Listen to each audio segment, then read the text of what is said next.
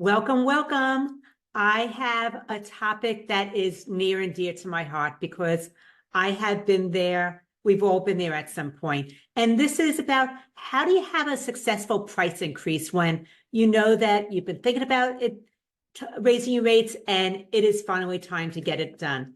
I'm Lauren Fogelman with Business Success Solution. And let's face it, when you're thinking about raising rates, it's not like you automatically do it tomorrow.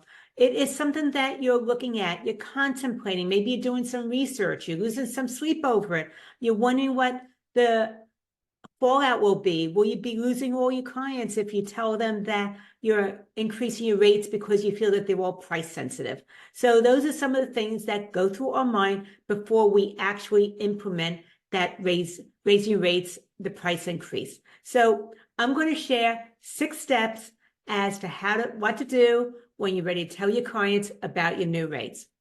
The very first thing is don't tell them about justifying it with a price increase regarding increased overhead for you or anything like that. They don't want to hear it. Nobody wants to get your business expenses passed on to them. So what you want to do instead, number 1, is lead with benefits. You want to focus on them and what matters to them and how you might be able to help them with achieving the things that are their objectives and what they want to achieve maybe over the next 12 months, if not even longer. Because the bottom line is when you're looking to raise your fees, your clients need to believe that what they have to gain from continuing to invest in your services are greater than the fees that they're paying you for those services. So once again, legal benefits, focus on what's of value to them so that they can see the reason to continue to engage your firm's services. Number 2 is the client experience. So many firm owners are client-centered. You care deeply about your clients and making a difference, and you know what is possible on how to be able to get their financials stronger so that they can go ahead and focus more on their own business, serving their clients and business development. So think about how you can invest in the client experience and that your clients, especially the ones that are not price sensitive, which is most of your clients, what they care about is access to you. They care about response time when they have a question or they need to have a meeting with you to run something by you. They want to have some training, or maybe they want you to train their staff. It's possible that they might need some additional services. And also, they care about the fact that it's not transactional and that you actually know who they are and that it matters to you. So the client experience is number 2. The third thing when raising your rates, and this is something I don't typically see, but it is something that absolutely grabs attention, is bonuses. We all love feeling like we're getting something extra thrown in because we're a valued client or a valued customer. Think about the fact that bonuses, they really show your appreciation for someone choosing to work with you and engage in your firm's services instead of going in another direction. What is something extra that you can add in that might not really take a hit to your bottom line, but your clients would highly value? Think about that. Is it a resource? Maybe there's a video training. Maybe there's something else you can add in. And you know that has value to the clients, but it doesn't really take much extra on your end to be able to share it with them. But it feels very, very generous. Number 4 is confidence. Before you raise your rates, you have to connect with the fact that you and your firm's services are worth the new fees that you're going to be charging your clients. So you have to connect with your value before you can expect others to recognize the value that you offer.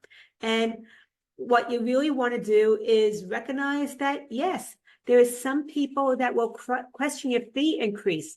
And if they feel that you have any doubts or you're wavering, or they know you and you're a nice person, you like to please people, you don't want to upset anybody, and they know that if there's any pushback, you'll probably cave in, then that is something that's going to backfire. And once again, really be aware of that difference you make for your clients. Maybe you want to look at your client list and write down 5 ways you made a significant impact for your clients where you really did something exceptional, or you really helped them through a tight spot, or you walk them through something that made it different regarding decision making and how that led to a better than expected outcome. So once again, connect with the difference you make, build confidence around what you offer and why they ought to connect with you, commit with you, continue working with you. And that's going to really help you stick with your decision to raise your fees as opposed to caving in as soon as there's any pushback. And that goes right into number 5, which is commit. This is where if you're going to raise your fees, simply commit to it. Stand by it. Don't waffle. And maybe if there's pushback, you give a discount or you make more excuses than necessary. Really stand by it, be firm about it, commit to it. And if somebody is going to raise questions about it, be polite. Don't take it personally. Once again, stand by the decision that you made. I'm going to let you know that confidence sells. And if you can stand by this, commit to that decision that you made, then your clients, yes, they might have a little bit of pushback, but they're going to go ahead and continue working with you because they know you, you know them, and it's so much easier to continue forward with someone who's a known entity than starting all over again from scratch. Okay, the next one is objections. Let's face it, there are some people who always want to know why you're doing this. How come it happened this way? They have objections about anything and everything. Do not let the objections throw you off or once again, second guess whether this was a good decision and backpedal. Instead, prepare for them. If you know the top objections you're going to get from clients, and one is why you're charging more, what else you're going to give me maybe, I had to run this by my partner, but think about what your top objections are. I would say come up with 5, then prepare for them. Write out a soundbite of how you would like to respond to that. And here's an advanced move. Go ahead and practice out loud, actually respond to that objection. Because when you practice it out loud, the way that you say things out loud, speaking is different than when you actually write out the script. And when that objection comes up and it's time for you to respond to it, I want it to be in a casual way where you're able to just talk it through as opposed to sounding stiff and scripted.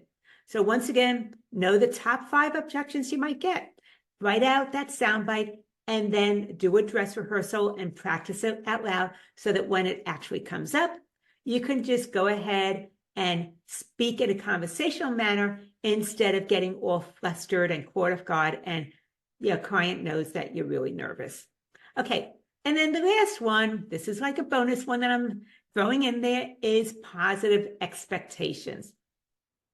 If you've been delaying it for a while, raising your rates, you know that it's time to finally make this happen.